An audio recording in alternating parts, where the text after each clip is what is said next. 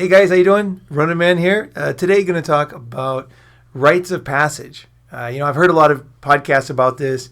There's a lot of different episodes talking about this topic, and usually it's like, I don't know. Whenever I listen to them, it's always kind of fucked up. It's always kind of like, talking about some fucking African guy who ties his dick to a fucking, to a string and jumps out of a tree. It's like shit that nobody does. It's like, and you don't even know if it's true. Like, you don't even know if this shit is real, right?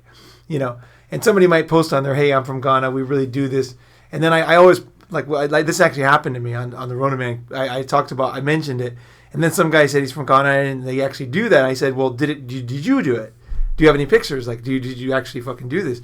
And then he just stopped responding. So I thought, even a guy from Ghana who like, supposedly, like, that's what they do, it's like he didn't do it. Like, can I jump in here? Yeah. So we got a special guest on the show here. What should I call you? Dylan. It's fun. All right, Dylan. All right. So, the Native Americans, they do like some crazy shit where they hang themselves from hooks. Okay. From their back or from their nipples. Yeah.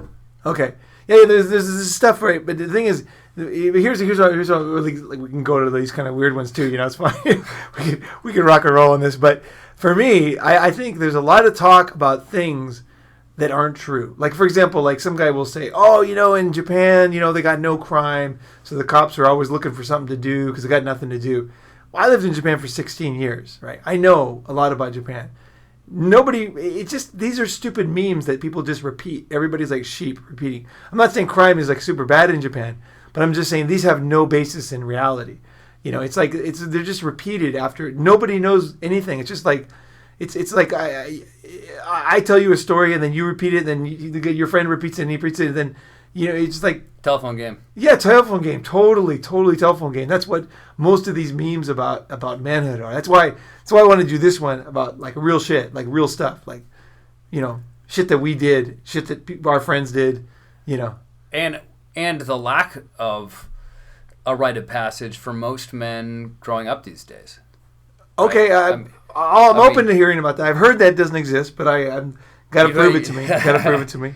Well, I mean, because guys are guys, right? I would be surprised if they don't have something. But okay. Well, I mean, personally, in my concept, from a philosophical standpoint, of the status of where we are as a society, is when you're just saying yes, sir, to the one above you in a normal, typical corporate structure, what happens is humans tend to behave like the closest organism to a human civilization is a bee colony, right? Okay. And in the bee colony, every bee except for the queen and the ones that are next to her are the worker drones, and so when they're producing constantly just for the hive, they lose their sexual identity, and I think that happens a lot, and their personal identity, which I think happens a lot in society now.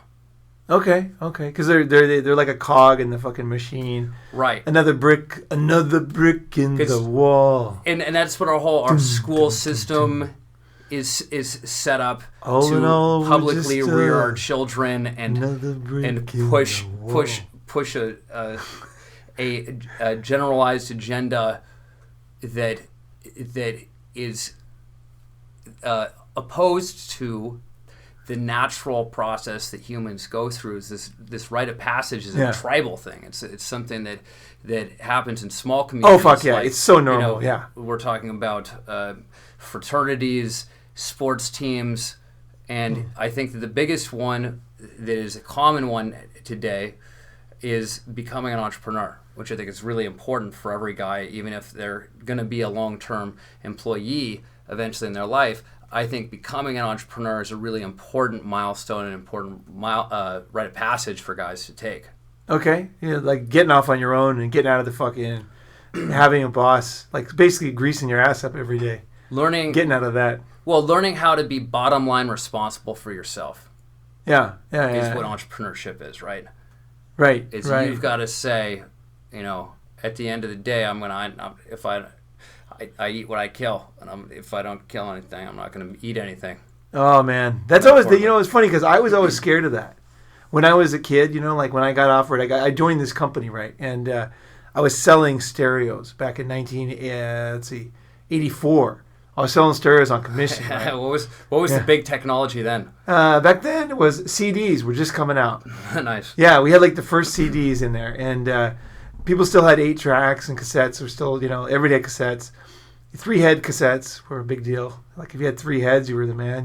I don't know what that is. 3 heads is it looks the same as a cassette, but it's like a deck. They have an extra head, and like only the high quality audio companies would have the 3rd head, and then it reads the tape better. And then they had metal tape, things like that. There was like the video back. That was back when Japan had all the little handy cams and stuff, and was the first, mobile video camera. And it's a good question actually. One thing was really funny. We had fucking mobile phones, but they weren't mobile. They were car phones. So the guy would buy the phone, right? And then he would have it installed. It cost $1,700 to get it installed. I remember that. And the guy would put like an antenna on the back of your car, and then you had this big box with the thing with the cord and everything. And then you had to pay and it was only in that car. That was it. It's a sat phone. Yeah, I guess it was. Yeah, I suppose. Yeah, it was an old school fucking heavy duty. Like it weighed a couple hundred pounds, I think, for the total like machine and everything. We sold those. That was like badass. Yeah. For me, back then, because my family had no money, right? We grew up with no money. So they had VCRs. I thought that was fucking amazing because we never had a VCR. I'd never watched a movie at home. I'd only watch a movie in a movie theater. Like to watch a movie at home is only rich kids, And like, like I couldn't relate. I didn't understand. They wouldn't even, I was the only guy, they wouldn't let me in the video room for like a pretty long time, like maybe 5 months, 6 months. They wouldn't let me in because I just didn't understand anything about video, like nothing. I understood TV, how to turn a TV on, and I understood car stereo and home stereo, but I didn't understand anything about video. So, like, they literally banned me from that room, which is the most profitable room, right? That's funny. The biggest sales. But the rite of passage. I just want to just think of a fucking shit that I went through, and you went through, and like real fucking shit. Like basically, you have to earn your way, right? You got to earn your way into a group, and I think that's a natural fucking thing, Like that party we went to on Sunday, right? We don't have to say any names, or we can, whatever. But either way, that group is a very tight-knit group of very successful guys. And you don't just walk into that party like, hey, how's it going, guys? It's like, no, man, you got to get invited. And the only way you get invited is by somebody who's a friend with somebody or knows somebody for a long time. And you got to know him for a long time or he fucking bring you in there, right? So when I go in that party, when I go in there, I always feel very comfortable with everybody there. I'll just start talking to everybody because I know everybody's been somehow vetted. Yeah, fully vetted. That's right. So where I was looking for, fucking or spoken for. Yeah. Someone's putting their ass on the line. Someone believes in that guy, that girl. Mostly guys, but friends of friends may not bring friends. That's a good way to make it so you don't get right. riffraff. Right. And I only got invited to that party after I knew my friend Nick. I knew him for many years before. You know what I mean? Like before he invited me in there, And actually the first time I kind of fucked it up. It's a long story. It was pretty hilarious actually. But the fact that I didn't get booted out for what I did the first time was a sign that I was fully in. You know what I mean? Like they were totally cool. They treated me like bros the very first time I went in there. Oh, good. Yeah. It was actually good. Sometimes it's good to fuck up because you realize people actually really do like you. Like here you are just fucking blowing it the very first time. Like you should never. You know what I mean? And then they were just like, it's okay, it's cool. Maybe off air, you'll have to tell me the story. Yeah, I will. It's really funny, man. It's fucking funny, yeah. No, I don't want to tell that on the recorder, but because it was a full-on fuck up, man. But I couldn't help it. I couldn't help myself. But either way, okay.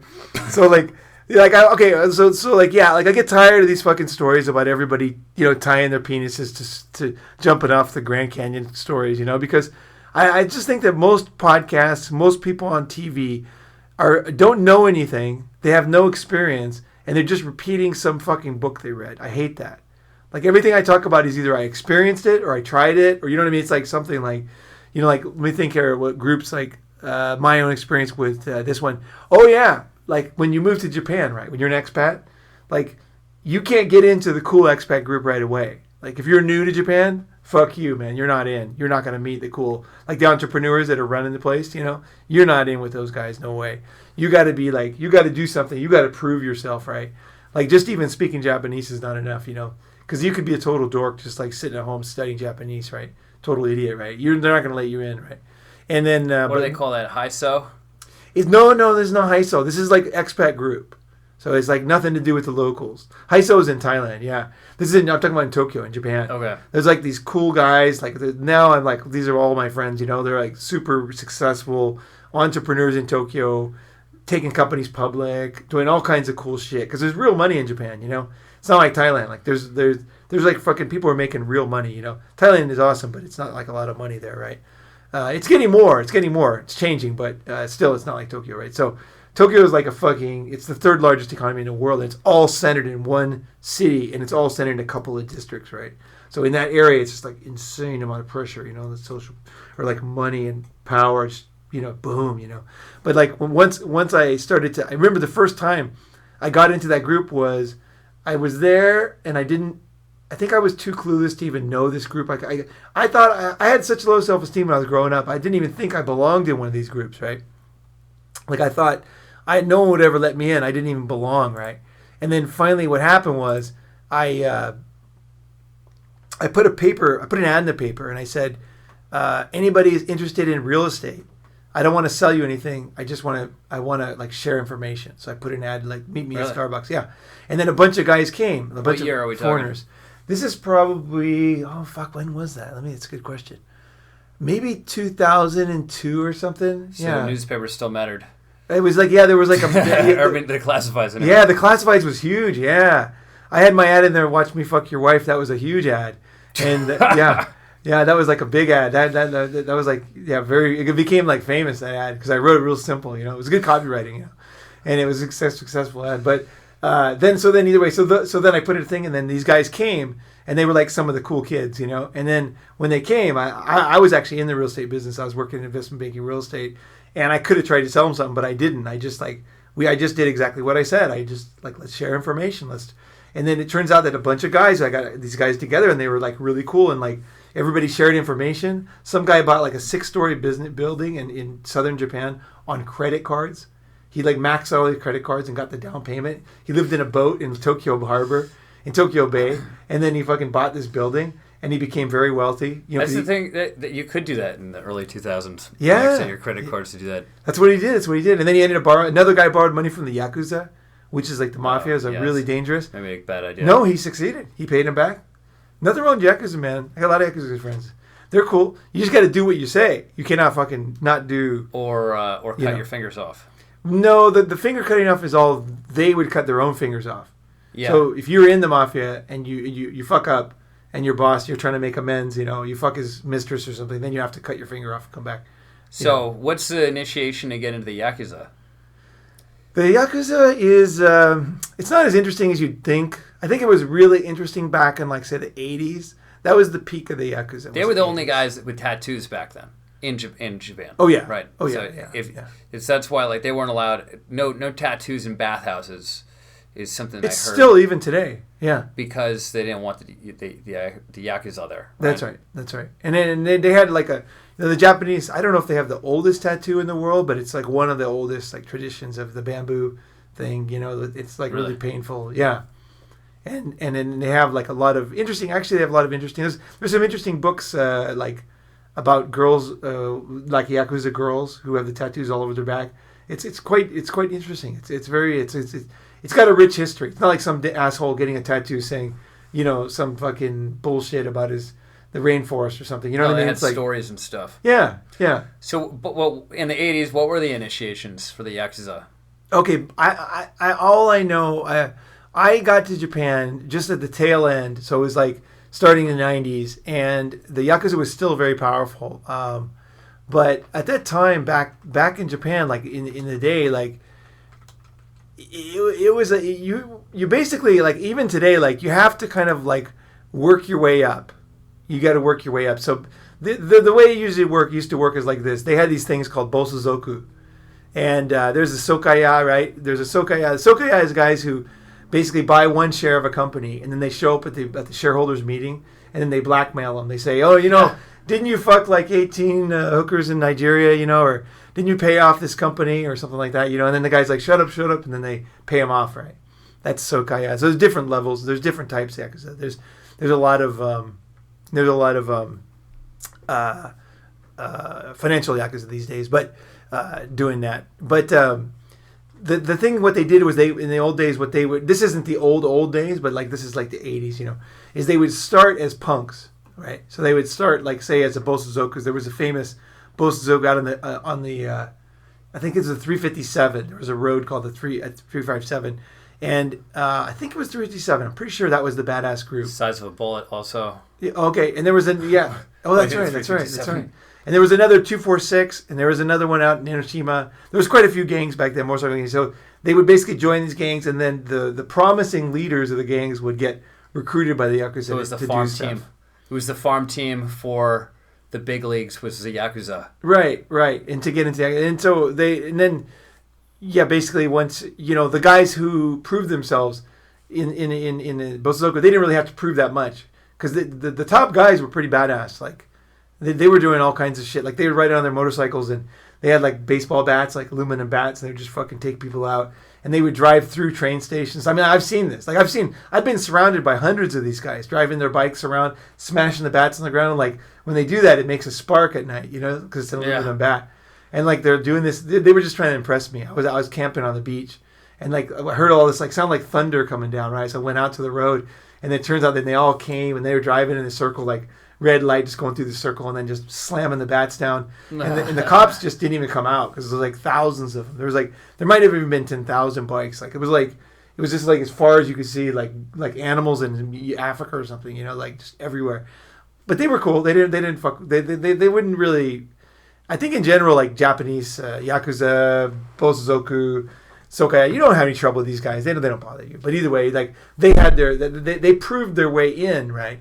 You got to prove your way into any group. Otherwise, what the fuck is the point in the group, right? You know what I mean? Like, I was in a fraternity, right? And that fraternity now doesn't have initiation, which I consider like almost like the whole fraternity is just bent over and dicks up their ass. Like, I think that's so fucked. I don't want to say the name of it, but I love the fraternity. You know what I mean? I was really into it, actually. Even in the military now, they have to go through like sensitivity training if they want to be a sergeant. Fucking sensitivity training? You shitting me? Yeah. No. I'll look it up while we're talking. Don't fucking tell me. See, that is just the end. That's the end of this shit. That's the end of any kind of vetting, right? Any kind of testing, right?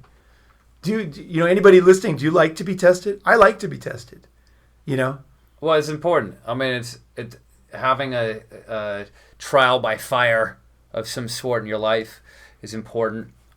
I think, I've had it a number of times. I've lost and made fortunes a number of times, and every time I feel like it's a new rite of passage for me of like seeing that I can rely on myself to pull myself out of any mess I get into. Yeah. I mean, I agree. This is a great. I think I'm going to tell some stories. I've wanted to tell these stories for years. I've never told them publicly, so may as well blast them out here. You'll like them. Yeah. I think you were telling me that you were going to tell some of these stories. Oh, did I say that? You said you wanted to the other day when we met. Oh, okay. And so I'm excited to hear them. Oh, really? Okay. So yeah. So I've got a bunch of stories. Let's see. I don't know. They're pretty long if I tell them, but let's say one. I was in the Philippines in 1990, and I was going to an island. I think it was Bacolod or something. I don't know. Somewhere down. I had gone to Ati-Atihan, which is a big festival. It's like the Brazilian carnival. It goes on for like a week or two. And then there's another one at the next town, right? So we were on our way over to the next town. And then we were just going through the jungle, and like it's like in the jungle, like the roads are kind of elevated, like they're like dirt. They pile all this dirt, and then they're up above because otherwise it's so dark in the jungle because the trees are so tall you can't see shit. So they kind of like even in the day. Yeah, it's a lot of fucking trees, right? So you're kind of the roads are elevated, right? So we're driving through there, and then all of a sudden there's like these guys with machine guns. There's two guys with machine guns standing in the middle of the road. And so our bus stops, and then they pointed to me and the other foreigners. Of course. Yeah, and they said, "You guys out." So we got out, and then I walked out with this guy. And by the way, this story is very I can't verify it in the sense that I don't have any pictures or anything like that, obviously, but you can talk to any Filipinos who understand anything about the history of the Philippines and the way it operates, and they're going to tell you this kind of thing is actually not that uncommon. Like, I've heard about it happening. There's a lot of kidnappings. There's a lot of they were called the MRO back then, the Moral Liberation Front, and so I'm sure it was MRO guys. Either way, so they took us foreigners out in the jungle, and so I'm walking with the guys, and then there was one guy on the bus. So we were walking out, and we started walking down that slope, and I had a choice about where I was going to walk. I could walk in the very front, or I could walk close to the guy. There's only one guy, and I figured I want to be as close to him as possible, because as the bullets go so fast, it doesn't matter, right? The closer I am to him, the bigger chance I have to do something, right? I might have a chance to do something. So I was the last one, so I was right behind him, and he was right behind me. And as I was looking down, I'm staring down at my feet. I could see as we started walking, I started to look for signs. I didn't know what to look for. Obviously, I'd never been in a situation like this, right? And my heart was beating, racing. And I looked down, and I saw the barrel of his gun would swing out to my right, and then I would see it like swing out to the left, and then swing out to the right. And I thought, that's very weird, because my dad had a lot of guns, and he would clean them, and he was very meticulous with his guns, right? They were always perfectly shined and oiled and everything, right? He would never let a muzzle, or what do you call the barrel, just like swinging like that. You know what I mean? I thought, that's fucking weird, So I'm trying to figure out what's going on here, because we didn't know what was happening. When you get kidnapped or whatever, nobody explains. You're blindfolded, right? No. No, not blindfolded. No. But nobody knows what's happening, right? You don't know what you're going to... Do you know what their agenda is, at least? No, with no idea. So you don't know if it's money or if they just want to... We have no idea. All we know is a lot of people get kidnapped all the time for ransom. It's really common. You get held for ransom. There's a lot of movies about it on YouTube. And you can see the videos, they're pretty brutal. Like some of them, they even show when the guys come in and there's the special forces, Philippine special forces, are shooting the place up, and some of the hostages get killed. It's a common thing. It's really common down in Mindanao, where Duterte, the president, Rodrigo Duterte, is from. But this was not quite that far south, but it was down in that kind of towards that region, right? So a little sketchy, right? So either way, so I'm thinking, fuck, what should I do? So all of a sudden, I was really one thing I can't really explain that well is that I have a very good what do you call it? When something really serious goes down in my life, I'm very, very cold, clear. My brain is completely. I'm not the type that freaks out. It's an instinct. I think you're born with this or you're not. I'm totally have it. I cannot even help it. It just happens instantly. And I was totally in the mode of analysis, and I'm ready to do whatever I got to do. I was absolutely ready. And I think everybody has this in them, but it just doesn't come out in a lot of guys. Because the other guys in front of me, they were just like doofuses walking all, not looking backwards or anything, And so either way, so I'm thinking, okay. So I'm thinking, okay, what can I do? So now we're moving. We've gone far enough away from the bus that if the other guy with the other gun started shooting towards us, he would have a good chance of missing us, So we've only got one guy now. So, the other guy, he could still technically kill us, but there's a lot of trees, So it's not that easy. It wouldn't be easy for him to hit us from there. It would be very difficult. So I basically, I made a plan in my mind. I said, okay, look, what I'm going to do is, I was working in a sawmill in Sweden. I'd worked in a sawmill, earned enough money to go around the world. So I was all buff. I was lifting trees, logs and shit, right? So I was like, what I'm going to do is as soon as the barrel comes out to the right, I'm going to grab it with my right hand, and I'm left-handed, and and he's going to hold on to it, right, naturally. And I'm going to take my right elbow and just swing it around and just absolutely destroy his face, and just absolutely just maybe even take the guy out with that, and then grab the gun and then pop one bullet in him, because I don't know how many they have in there, right? I wasn't sure.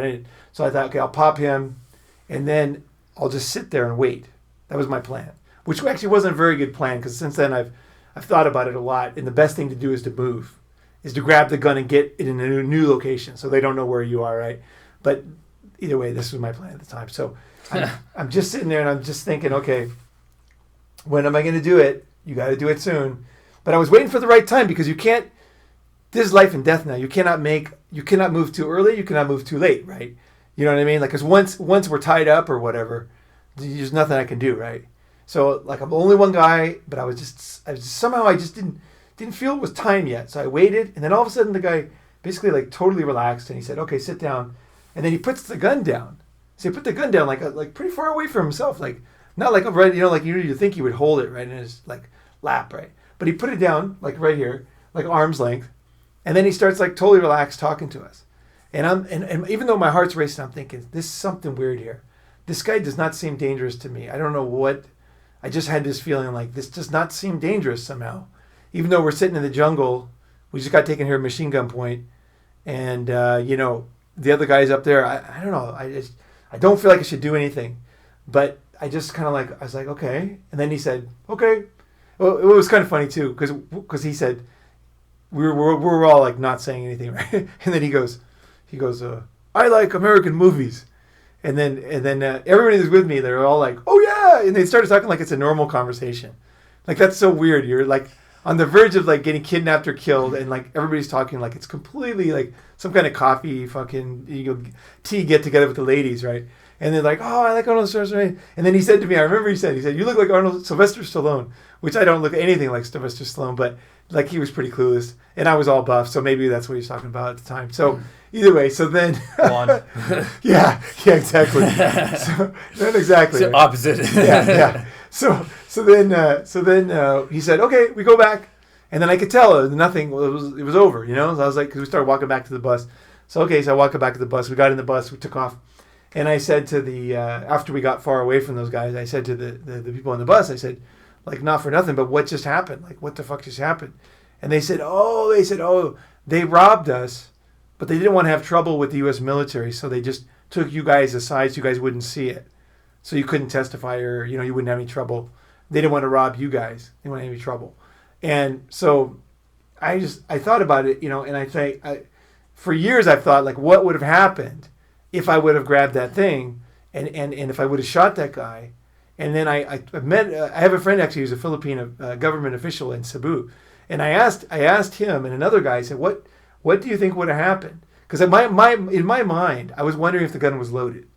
Because I was thinking he wasn't going to shoot us, so maybe it wasn't even loaded, And then this guy, the Philippine like ex-military guy, he's like, listen, he said, let me tell you something. He goes, not only was the gun loaded, he goes, that guy was highly trained, and there was probably 30 other guys watching you with guns. Those two guys weren't the only guys. He said they were just the visible group. He said if you would have shot that guy, 100% they would have killed you. And I just think to myself, like, when you're in a dangerous situation, like a lot of movies and a lot of stuff, it's always like you have to kick ass. You have to kill a bunch of people. You got to take a chance. Sometimes you have to do nothing, but you have to know if you're why and what and when, and you have to I always think of having my finger on the pulse of what's going on every microsecond of that interaction, right? And so I'm so glad I didn't do anything. But that was, I probably wouldn't, in fact, I'm sure I wouldn't be here today if I would have done something about it. So, but at the same time, it was a logical thing to do, right? Lane? Like, I'm going to get killed, right? I'm going to get fucking killed in the jungle and left for nothing, right? I said, or kidnapped for years, I said, there's no fucking way I'm going to do this. I'm not going to go through this. No fucking way. I can take this guy. That's what I was thinking. I can take this guy and I can somehow get the other guy, because he's up there. I got a fucking, automatic weapon, right? There's a good chance I can take this guy. Good thing you didn't do it. Yeah. That was one story. I got a bunch more, but let's leave it at that one. But yeah, that passage that took me I think those kind of things in my life, being in those situations, kind of formed who I am now. Because I'm not afraid of stuff like most guys are afraid of. And I don't want to say that I'm the most badass either. I got to tell you this. I got friends in very war-torn countries that I actually am, good friends with. And if I tell them a story like that, I wouldn't tell them a story because it's ridiculous to them. Like, they've actually been shot at, bombs going off and shit going off. So this is not like the most badass story of all time. I don't want to get that impression. But for me, it was a good rite of passage. And it was like, I'm a fucking man. I have good instincts. I can take care of myself. And I was smart. I was really glad that I didn't do anything right. But yeah, we all have our own tests, right? So whatever the test is, But that was probably my earliest maybe, well, not my first, but that was one of my first big tests that I had, where I think I trusted myself after that. I think that's a thing I got out of it, is I don't, when things go down, I don't pussy out. I go the total opposite. I become very, very clear. My mind becomes clear, as if it's just like ice cold water in my veins, how I feel like, actually. I just feel like absolutely, like my eyes are just bigger, and everything is slow, and I can hear everything, and I'm I'm thinking. Yeah. And that's adrenaline. But it's, I mean, if you want to know the medical side of this, what's actually going on, because I'm a skydiver. Yeah. I think that's a big rite of passage for me in my life anyway, since I was a kid. Yeah. But when the adrenaline hits, for most people, when they're not used to it, if you haven't done enough extreme sports, you haven't done enough sports in general, or anything that puts you in some danger, what will happen is it does a complete memory wipe on most people. So the first couple skydives, for me, I don't remember them all. Like, I don't remember them. Okay. I remember going in the plane, but so much adrenaline hits all at the same time that some people will go in the fetal position when they're skydiving, and it's like a common thing, and they jump out, and they just close their eyes and just ball up. Right. And it took me, I had no identification with what I had killed, the fear in my body, but it was an unsafe thing the way that I did it. And so I wasn't real with the fact that I was jumping out of a plane. I mean, it was just like you're looking at the ground, and it looks like a picture from where you're at. You it's like a manga or something. But it's not real. It was like the fourth jump, and all of these ones I hadn't been able to fully realize it or enjoy it. And it kept on wiping my memory. And on the fourth one, I'm going up in the plane. I'm like, man, my stomach kind of hurts. What did I eat? And I realized, no, I haven't eaten anything. Oh, that's fear. Okay. And then when I was able to allow myself to feel the fear, then I also was allowed myself to enjoy the skydive and feel the adrenaline without it wiping my memory. Right. And be able to have now and since then, while I'm skydiving, I can think. Most people when they're first skydiving, they have these really straightforward emergency procedures because it's so hard to think.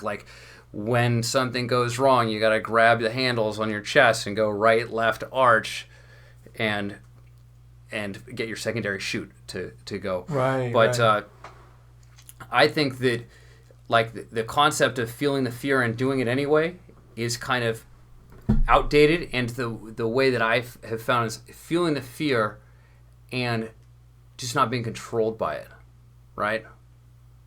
I see. I don't know. I don't have any strategies. I'm instinctual at stuff. Yeah, I don't think at all, and I just go in. Yeah, I think it's the best way to do it. Just don't think. Just go for it. You might die, but it's fine. Because in the end, we're all going to die anyway, right? It's not like there's no, well, there's a chance we're going to be, there'll be some procedure to keep us alive, but that same procedure could also reverse time. I've read a lot about time, and time is a weird thing. It's you know what I mean? Time is not what we think it is. It's not irreversible. There's a lot of people think that time is like water, where it goes one way on the river, and then you move the river the other way, and the water goes the other way, right? That someone's gonna be controlling time. You know what Einstein says about it? That's what a lot of people say. I'm not saying it's true. I'm just saying what Einstein's favorite. Favorite quote is about time? No. Time is an illusion, albeit a persistently stubborn one. Time is just an illusion, albeit a persistently stubborn one. Right. My college professor actually knew Einstein. Really? Yeah. He taught at Princeton with him, and Einstein taught my college professor's kids math, and they were shitty at math. Einstein was he was my first. He was my sponsor in the 12-step group. Really? Yeah.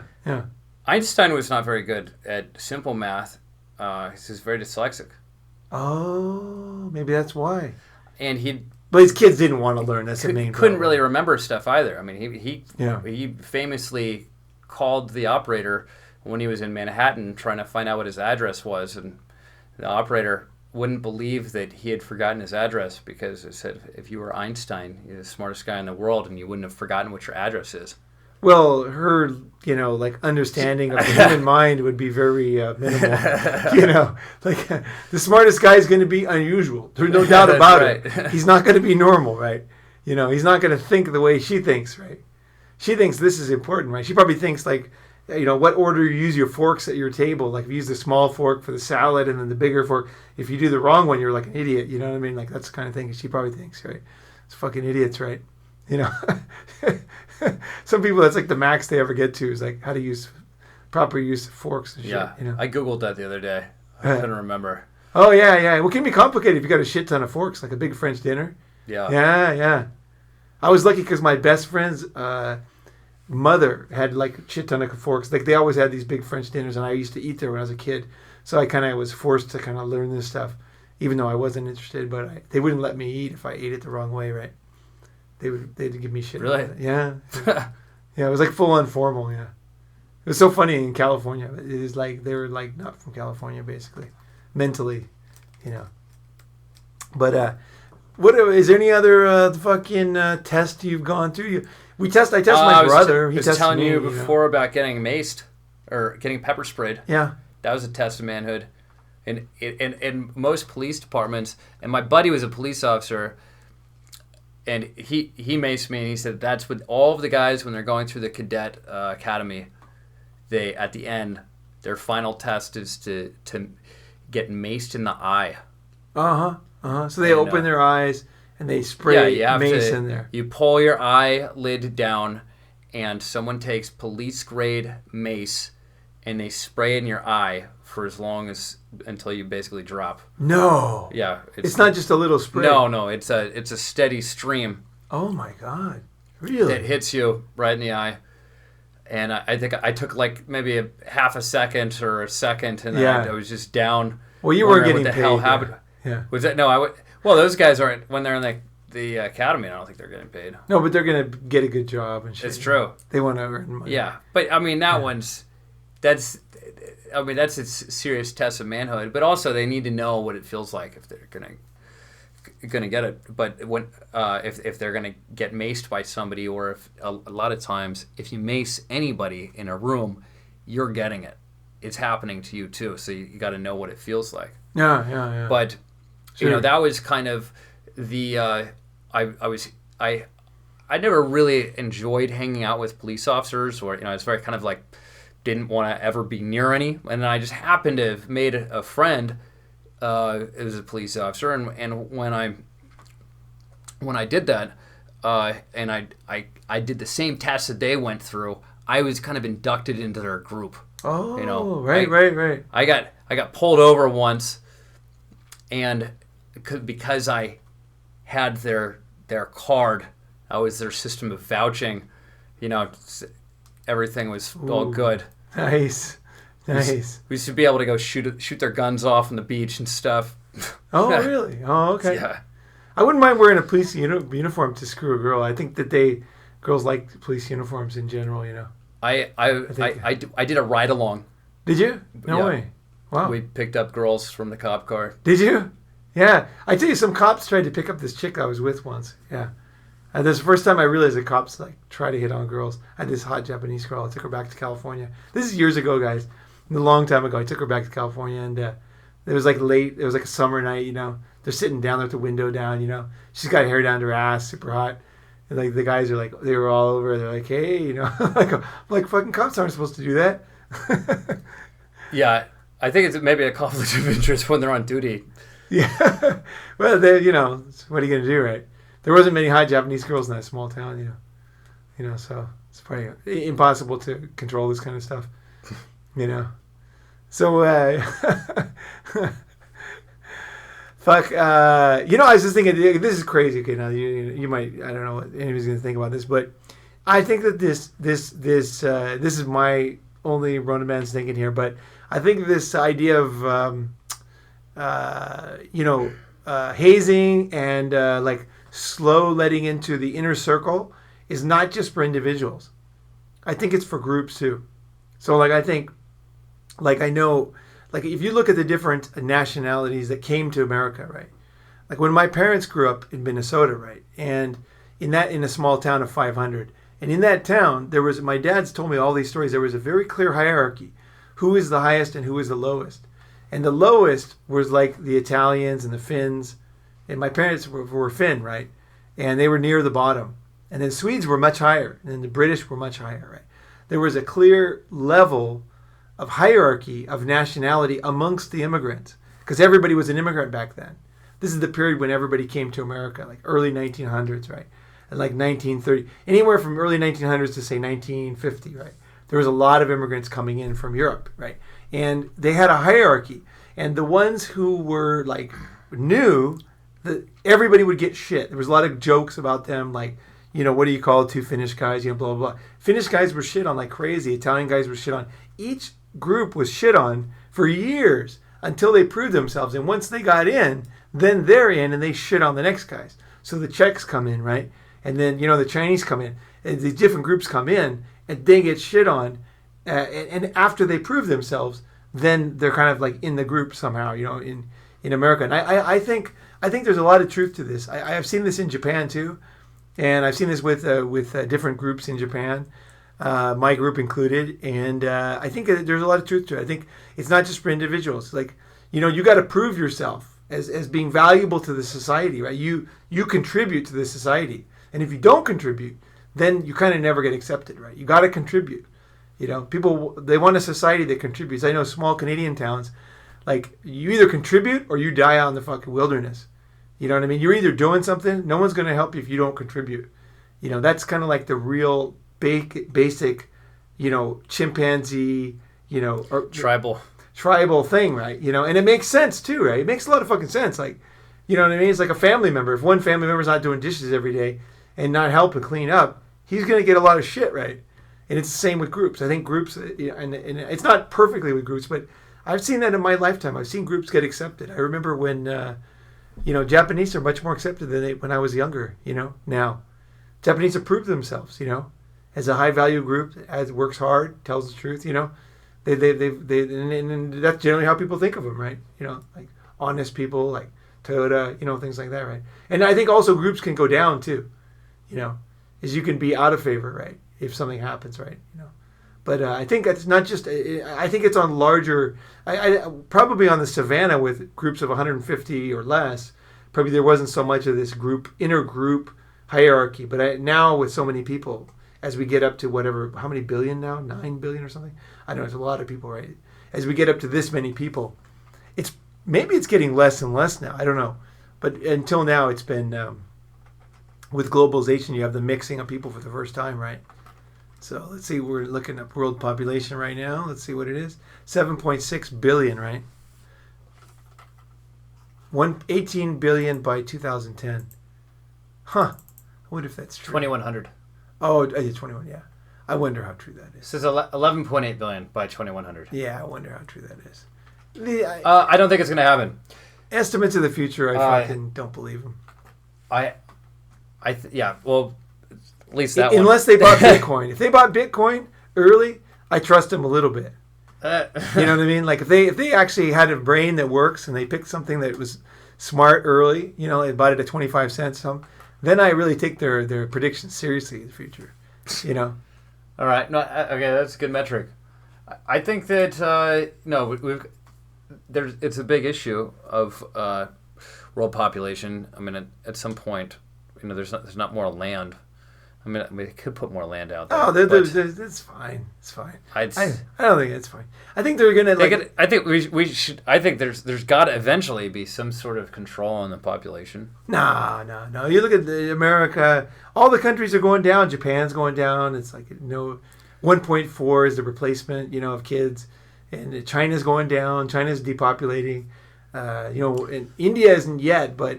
It's kind of common as they get more educated, countries start to have less kids. It's just a natural thing. Better education, less kids. So I think that this graph that we're looking at now, it goes straight up. Looks pretty exponential. Yeah, but that doesn't mean it's like that forever. Like if you look at any graph, like it always seems like it's not going to change. I remember when the Japanese the Nikkei went up in 1989 straight up, and then it came straight down, right? It's the growth could easily change. I think a lot of people like MGTOWs don't want to have kids. They don't even want to have a relationship, right? So I think there's going to be. I think it makes sense to me. I think third world is going to be different. Third world, so like third world countries, they're still having a lot of kids. Yeah. But like first world countries, as soon as they get rich, nah. It's kind of the end of big families. Although it's cool to have a big family if you want to. Kids are pretty fucking awesome. That's the only thing about this whole thing. I think kids are awesome. I always have. I like kids. They're fucking awesome. Dogs, cats, kids. They're fun. You fuck with them. They're fun. They're a good laugh. But anything else? You think of anything else you want to add? Or? That's all I got. Okay. All right, guys. So there's some like our own thoughts on rites of passage. What did you learn through this? Anything you want to like just think about what we talked about? Anything you want to add? Like you think about anything? Like, do you wish you were ever tested? I wish my dad would have tested me more. My dad didn't test me enough. I wish my dad would have fucked with me more. Thrown me out in the wilderness, left me out in the desert and stuff. And made me come back. My dad didn't give me tests. Actually, you know what? I've got two more big ones that are not stories. Just I think I did a 1 week fast. I think that was really important. Okay. Just to know that if anything ever happens, I got at least a week to figure it out. You know what I mean? That's nice. Where'd you do that? Just my house in Hawaii. Fuck. But I have a feeling. I thought I was gonna be really weak by the end. Yeah. And I have a feeling that, like, things in nature could sense that I was no longer a threat right then. Really? I was a raw foodist leading up to it, so I hadn't eaten any, like, vegetables or anything, or I hadn't eaten any meat, just vegetables. Yeah. For, like, 6 months, and then I did the week fast. Day 3 and day 4, I was sitting on my living room, and I had a bird both days. Flew into the house, landed on I was sitting on my living room carpet, and it like landed next to me, just looked at me. Whoa. Yeah. You mean in a good sense of like a Disney movie, like birds? Yeah, like playing with alligators. It came in like looked like it was not it didn't see me as a threat to its life. But what I'm saying is, was that a good thing, or was it like these animals are going to eat me soon? No. It was a cute little. Okay.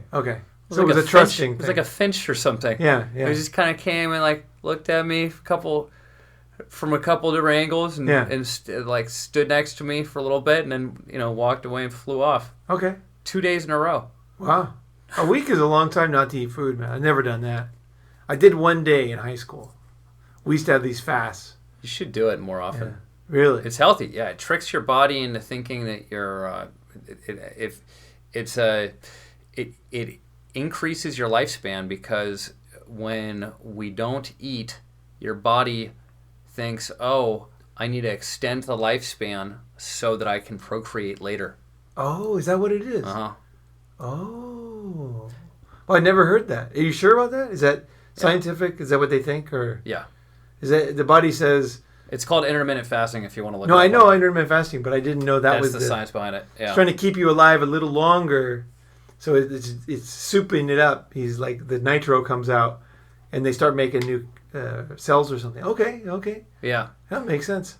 The other rite of passage I'd say let me just say one thing. Yeah. I said it makes sense, but I don't want people to think that I believe things easily. I've actually read a lot about this. And I have gone through, like a lot of times I don't eat before 12 o'clock in the afternoon. And I go to yoga at 2 sometimes without eating. So, I have actually tested this one. This is not some, you fucking watched one YouTube video and now, it makes sense, like fuck that kind of thinking, right? No, I've actually thought about it. And you can see I don't eat that much, I keep myself, I got it, so I probably intermittent fast without even knowing it, or at least basically don't eat much calories, I mean, doing anything that was how it was done many thousands of years ago is best for our bodies as humans. If we can imitate the way that we naturally existed, then that's the most healthy thing. And you got to figure thousands of years ago, people went out without food for a little while, right here and there. Right, right. I think the 3 meal a day thing is pretty excessive.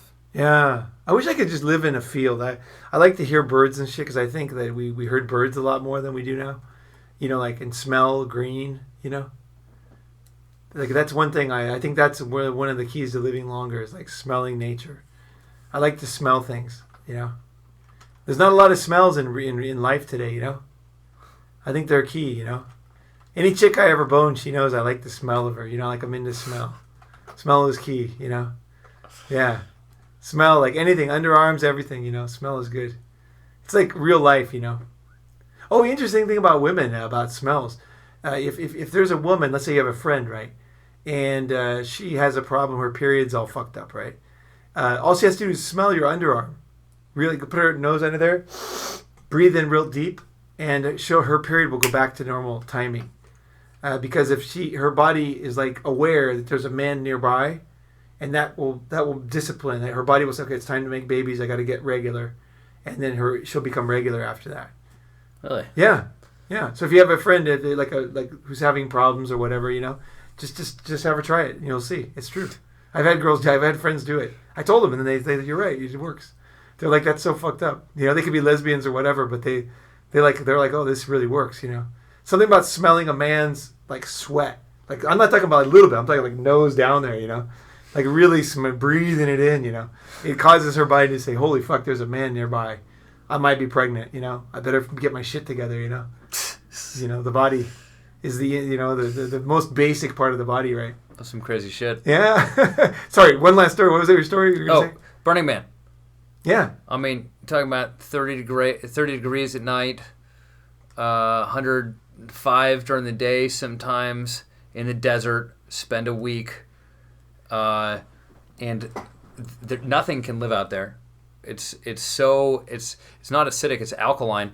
It's the same stuff that's gypsum rock that's on the inside of your sheetrock and your walls. Can't get it out of anything. It's so corrosive that, my first year I had a tent and I didn't wash the tent off afterwards, and I just stuffed in a bag. And 6 months later, the tent had all of the outer coating had peeled off. Oh, okay. Because it's so corrosive. Right. It's gnarly out there. So I mean, any wilderness test. I mean, Burning Man's fun. Yeah. That happened to be my test out in the wilderness. Jesus was 40 days in the wilderness, right? That was like proving that he was like he was proving he was God was basically hazing Jesus. Yeah. Right. He's right. like. You don't just get into this thing because you're my son. Yeah. You better prove yourself. I want to see you fucking do this shit, And then not only that, you got to get killed, right? Yeah, that's a big rite of passage. You got to go 40 days in the fucking desert, then you got to get killed, right? That was like a sign. That was like an early hazing story, rite of passage, That's funny. Yeah, but that's why it makes sense to us, right? We're like, oh yeah, Jesus was tested, right? Like, okay, I understand that, right? You can't let somebody in if they don't pass the test, right? Or at least if they don't pass, you got to know, right? Because then you're going to treat them different, right? If that guy's not trustworthy, you treat him different. You can still be friends, but you're like, that fucking guy, when shit push comes to shove, he falls apart, right? You know what I mean? Or he doesn't fucking fulfill his shit, right? And that's like a big, I separate guys into two kinds of guys in my mind. The other stuff like smart, tall, whatever, rich, that's not really that important to me. It's like guys who come through. Like if I'm in a fight and a guy who backs me up in the fight, that's one kind of guy. And then somebody who runs away is like the mass of guys, right? But I that kind of guy is worth waiting cold as a friend because that's a trustworthy guy. That's a guy I can trust. I don't know what anybody else's judge of a man is, but that's one of my biggest judges. Yeah, I think that's big. You leave somebody. I was left in a knife fight once, and I didn't have a knife. They did. And this Australian dude left, because he was too scared. And when I got out of it and I saw him again, I just couldn't believe it. He felt like shit about himself. He actually got malaria right after that because we were in the jungle. And instant karma. I don't know if it was because he felt like shit or what. He was a triathlon too. He had triathlete. He used to do triathlons, and then the fucking guy did not. And the thing is, I hadn't done anything wrong. We had both done the same thing. we're checking out of this hotel, or a long story, with that we didn't want to stay there because they lied to us, blah, blah, blah. And we were leaving, and then they said, you're not leaving, you know. And they pulled out the knife, and then I got surrounded, and then the guy fucking split, you know. Even though he was part of my, it leaves me with these guys, you know. You know, so like that kind of guy, like I learned, you know, that's a big deal. Because you never know when something's going to go down right. You know what I mean? Like some people, sure. Yeah, you need trustworthy friends. I fucking think that's the number one thing, I think. And for me, that's the number one thing. It's like somebody who can, not necessarily fight, but it's like, you know what I mean? They're not running away. They're just like, they're there and they're fair. You know, if I fucked up, I don't want them to back me up.